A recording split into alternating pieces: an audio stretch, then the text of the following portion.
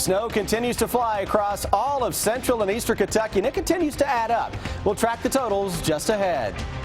But this is our first full year, and it's working great. Coming up, we'll tell you about a system in Nicholas County being used to alert people when the roads are dangerous to drive on. A long-awaited report about moving Lexington City Hall to Centerpoint is in, but the report isn't what council members expected. Why some of the council members are upset.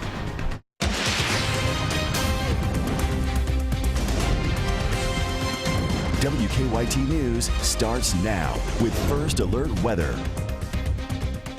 Good evening. Get used to it. It is starting to become a common sight out there. Snow showers continue to pop up across the region. Yeah, the snow is picking up tonight and temperatures will drop even more. Our WKYT First Alert Severe Weather Day continues tonight. Chief Meteorologist Chris Bailey has an early look now at your forecast. Yeah, it's a powdery snow that is kind of blowing around out there, unlike the stuff we had yesterday, which had much more of a wet snow factor to it that was flying across the area. Right now, 23, Lexington, London, and across the Mountain Parkway corridor. More in the way of some flakes are beginning to show up. But as you can see here, road conditions, at least the main roads, are still in pretty good shape across the entire area. That live sky cam of Hamburg Pavilion. Snows continue to fly.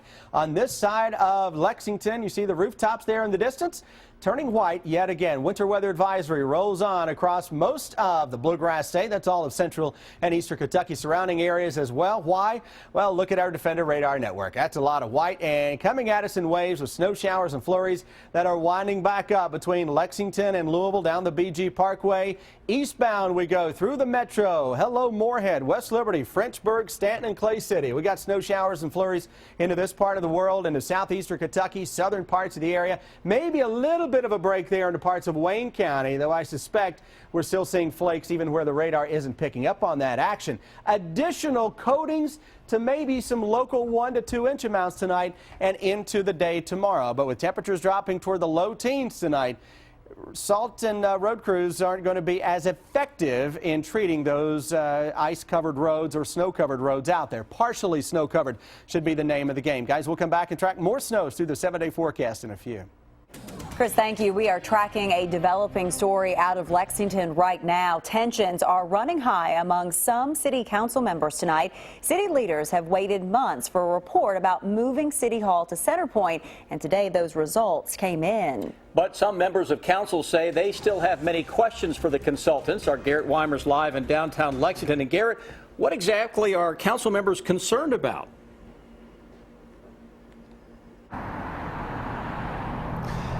Council is in closed session now, but before that it was very heated. The bottom line, that report gave 5 different options. The consultants called 3 of those 5 options high viability. Those were the transit center site, the convention center site, and yes, Centerpoint. The report was supposed to show where Lexington could put a new city hall. Consultants say the city needs 180,000 square feet to be able to consolidate government operations into one building. Now, one of the issues consultants say the Centerpoint site has includes the size of the office building. Under the current plan, the report also says a government subsidy would be needed for underground parking below Centerpoint. There are several issues, but the consultants say there are also opportunities there. Obviously, this is a great site. It's a great location. It's right in the center of town, and there are clear benefits from an economic development standpoint of getting Centerpoint as a development kick-started. As I mentioned, the work session got heated. There was a lot of debate over whether information that was being released should be released. That turned what was expected to be a presentation into a contentious discussion about what's been a controversial topic here in Lexington for years now. And we'll have more from inside the work session coming up tonight at 11. Live outside the Government Center, Garrett Weimer, WKYT. Garrett mentioned 5 options for the relocation of City Hall. The reports to medium viability sites are the Lexington Herald Leader site and the downtown block where the library currently sits. Turning back to the weather now, as the snow showers continue, salt trucks are keeping busy. Crews in Nicholas County have been treating the roads just as fast as the snow comes down. The road department supervisor says they haven't had many issues at all this winter, and they're crediting that success to a new program. Mike Linden shows us how crews are alerting drivers about the dangerous road conditions.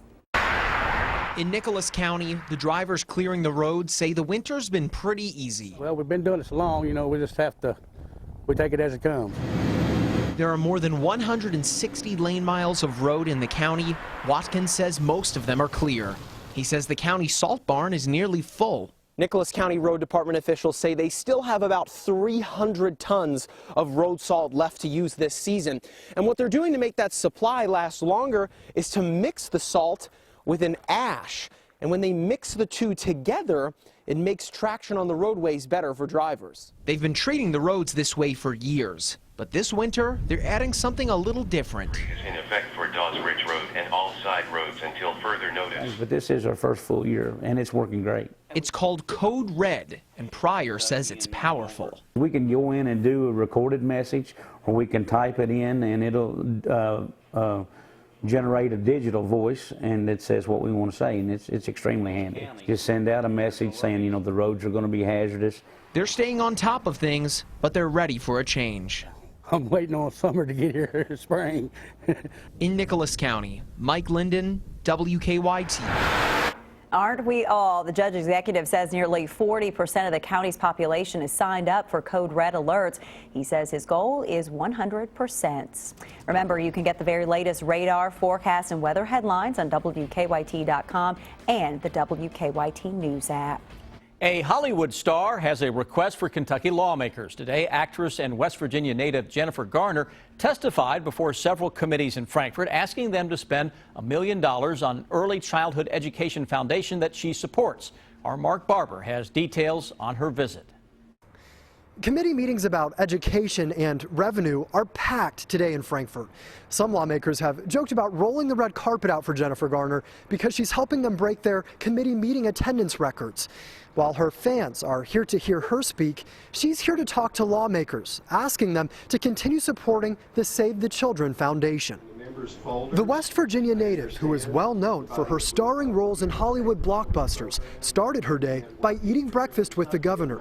When Garner and the foundation's president, Mark Shriver, met in committee meetings to testify before lawmakers, she started by saying that she was glad to be back in Kentucky. Between meetings, she took time to take pictures with fans who came to hear her speak. Garner is asking lawmakers to continue supporting the Save the Children Foundation because they're seeing results. Literary test results for 90% of their pre-K children here in Kentucky show the kids are ready for kindergarten. The foundation helps young children prepare for school. They focus on low-income families that often don't have access to resources like books, puzzles, and educators. Garner says she is so invested in education here because she grew up in Appalachia. And once I had a kind of strange, sudden ability to maybe help somebody in this world, I knew exactly who I wanted it to be. I wanted it to be kids in rural America. Garner says she's not just here to speak with lawmakers. She says tomorrow morning she will be heading to Clay County to speak with students at Manchester Elementary School who are seeing tremendous success through their foundation. In Frankfort, Mark Barber, WKYT. In the past, the state has pledged $1 million in support of Save the Children. The foundation says in turn they have been investing $10 million into their Kentucky programs. Winter weather is stopping crews from tearing down a building in southeastern Kentucky. Our county by county coverage at 5:30 begins in Perry County. CNC Construction has been working on demolishing the old Grand Hotel in Hazard. The hotel was destroyed by a fire last year. Today, they were working on tearing down the top 2 stories of that building. Crews say they will stop working for the day if the ice freezes everything over. In Franklin County, Frankfort's Singing Bridge will be closed for a little longer than expected. Crews have been retrofitting 10 steel trusses on the bridge with new steel, but a bent plate on the bridge is preventing crews from getting to one of those trusses. Crews are repairing the problem, but the bridge will be closed for another week. Once they're done, 2 lanes will be open to traffic and both sidewalks will be open. One of the interesting, fun parts of our Good Questions segment at 5:30 is the wide range of questions we receive from you, the viewer. Everything from politics to sports. And tonight's good question is one, frankly, I had never considered, and it's timely with the NFL season ending with the Super Bowl on Sunday. Barbara is asking, is there any one day of the year that there is not some kind of sport being played? Well, Barbara, first, I'm going to assume you mean the top professional sports in the United States. We'll narrow it down to that. And for an answer, I went to a walking encyclopedia of sports information, Brian Milam, who anchors and reports for us here at WKYT. And his answer really is a great sports trivia. Brian says there are only 2 days, just 2 days, when the Big Four, the National Hockey League, the NBA, the NFL, or Major League Baseball are not playing. The day before and the day after the Major League Baseball All-Star Game. I had no idea. Thanks, Brian, for that answer. To submit a good question, send us an email to goodquestion@wkyt.com. Voters are going to the polls today in New Hampshire for the first in the nation's primary. And Kentucky may have to pay the federal government $57 million. Bill Bryant has the details in the bottom line. Good evening. Voters in New Hampshire have spent the day at the polls in the first in the nation presidential primary. We'll know later tonight who wins and who goes on to the next round with a boost. Late polls showed an advantage for self-described Democratic Socialist Bernie Sanders in New Hampshire.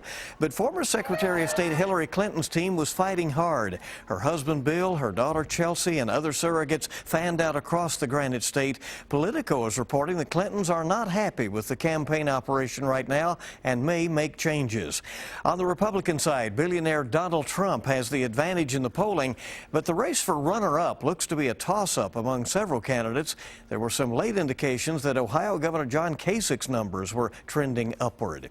President Obama has proposed his final federal budget. He calls for more spending on education, clean energy, and Medicaid. The $4 trillion spending plan assumes growth in the economy and calls for higher taxes on banks and the wealthy. Kentucky Republican Congressman Hal Rogers will have a lot of sway in the final numbers as chairman of the powerful House Appropriations Committee. The first stages of voting getting underway in those special elections coming up in 4 House districts in Kentucky on March 8th. In central Kentucky, voters will replace Republican Ryan Quarles of Georgetown, who became Ag Commissioner, and Mike Harmon of Danville, who was elected state auditor. Mail-in absentee voting is getting underway. In-house absentee voting will start later in the month. Kentucky may have to return $57 million to the federal government. The state got a $289 million grant to establish the health care exchange known as Connect. Governor Bevin is shutting Connect down, and his spokesperson says Kentucky will pay back the unused money. Bill Bryant, WKYT. A Lexington hip-hop artist is back at it again. Divine Karama is collecting water for people in Flint, Michigan. The city has been dealing with a crisis after water from the Flint River was found to have increased levels of lead. Last month, Karama, his wife, and some volunteers filled a U-Haul with more than 500 cases of water for families in Flint. And this time, they're collecting water through the end of this month. If you want to help out, you want to donate, you can find more information on our website. Just go to WKYT.com.